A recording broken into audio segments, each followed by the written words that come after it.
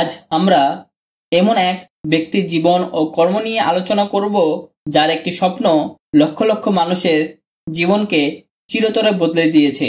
তিনি হলেন থিওডর হার্জেল, যিনি ইহুদি রাষ্ট্র ধারণার প্রধান প্রবক্তা হিসেবে পরিচিত। তিনি তার এই পরিকল্পনা কেবল একটি রাষ্ট্রের জন্ম দেয়নি, বরং ফিলিস্তিনিদের জন্য নিয়ে এসেছিল সীমাহীন দুর্ভোগ ও বাস্তুচ্যুতির এক দীর্ঘ ইতিহাস। হার্জেলের জীবন ও কর্মকাণ্ডের দিকে তাকালে আমরা দেখতে পাই কিভাবে একটি রাজনৈতিক মতাদর্শ একটি কৌশলগত রোডম্যাপ হিসেবে কাজ করেছে ফিলিস্তিন দখলের জন্য। 1860 সালের 22 মে হাঙ্গেরির বুদাপেস্ট এক ইহুদি পরিবারে জন্ম নেন থিওডর হার্জেল। তার তিনটি নাম ছিল থিওডর, বেনিয়ামিন জেউ এবং তিবাদার। শৈশবে তিনি একটি ইহুদি বিদ্যালয়ে পড়াশোনা করলেও পরে ধর্মীয় শিক্ষার সঙ্গে তার সম্পর্ক ছিন্ন হয়। মজার বিষয় হলো তিনি কখনো হিব্রু ভাষা বা লিপি শেখেননি। তার পরিবার জার্মান সংস্কৃতি বজায় রাখলেও 1888 সালে তারা ভিয়েনায় চলে আসে। সেই সময় ভিয়েনায় ইহুদি জনসংখ্যা দ্রুত বৃদ্ধি পাচ্ছিল। আইনজীবী হিসেবে কর্মজীবন শুরু করলেও হার্জেল দ্রুতই লেখালেখি ও সাংবাদিকতার দিকে ঝুঁকে পড়েন। 1885 সালে তিনি পুরোদমে সাংবাদিকতা শুরু করেন এবং বেশ কিছু নাটক রচনা করেন। তার মধ্যে 1894 সালে রচিত নতুন গেটো বিশেষভাবে আলোচিত। তার প্রাথমিক লেখালেখির মূল বিষয় ছিল পশ্চিমা সমাজে ইহুদিদের কিভাবে মিশে যাওয়া যায় বা তাদের সাংস্কৃতিক পরিচয় ধরে রেখে গ্রহণযোগ্যতা অর্জন করা যায়। হার্জেল এবং তার সমমনা চিন্তাবিদরা এক সময় এই সিদ্ধান্তে পৌঁছান যে পশ্চিমা সমাজে ইহুদিরা কখনো পুরোপুরি গ্রহণযোগ্য হবে না।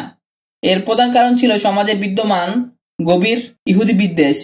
এই বিশ্বাসে তার জীবনে সবচেয়ে বড় প্রভাব ফেলেছিল 1894 সালের একটি ঘটনা, আলফ্রেড ড্রেফুস কেলেঙ্কারি।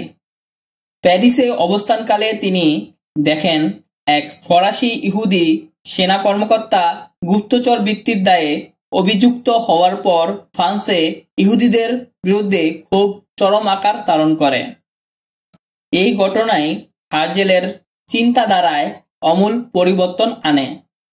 তিনি উপলব্ধি করেন ইহুদিদের নিজেদের একটি স্বাধীন রাষ্ট্র থাকা অপরিহার্য।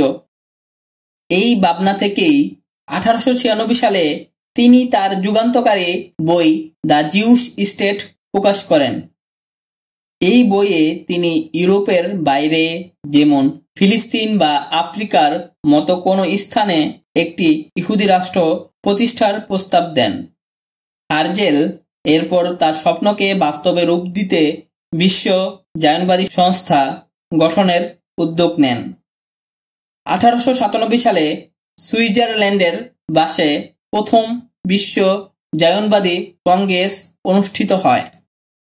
এই কংগ্রেসেই জায়নবাদী বা ইহুদিবাদীদের আনুষ্ঠানিক লক্ষ্য নির্ধারিত হয় এবং থিওডর হার্জেলকে এই আন্দোলনের প্রধান নেতা হিসেবে স্বীকৃতি দেওয়া হয়।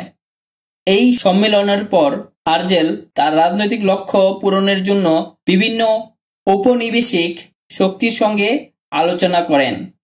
তিনি সিনাই, সাইপ্রাস, এমনকি পূর্ব আফ্রিকার মতো স্থানে ইহুদি উপনিবেশ গঠনের প্রস্তাব দেন। যদিও তার বেশিরভাগ প্রচেষ্টা ব্যর্থ হয়, তবুও তার কূটনৈতিক তৎপরতা ছিল অবিরাম।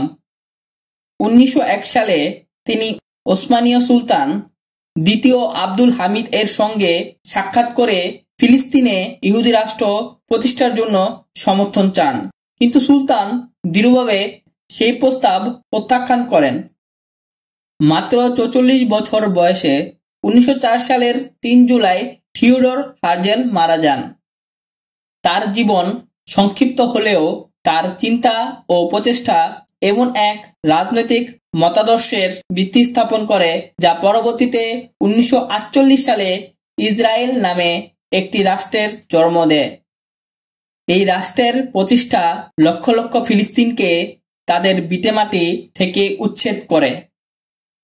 হার্জেলের মৃত্যুর পর 1949 সালে তার দেহাবশেষ ফিলিস্তিনের দখলকৃত ভূখণ্ডে অর্থাৎ বর্তমান ইসরায়েলে স্থানান্তর করা হয়।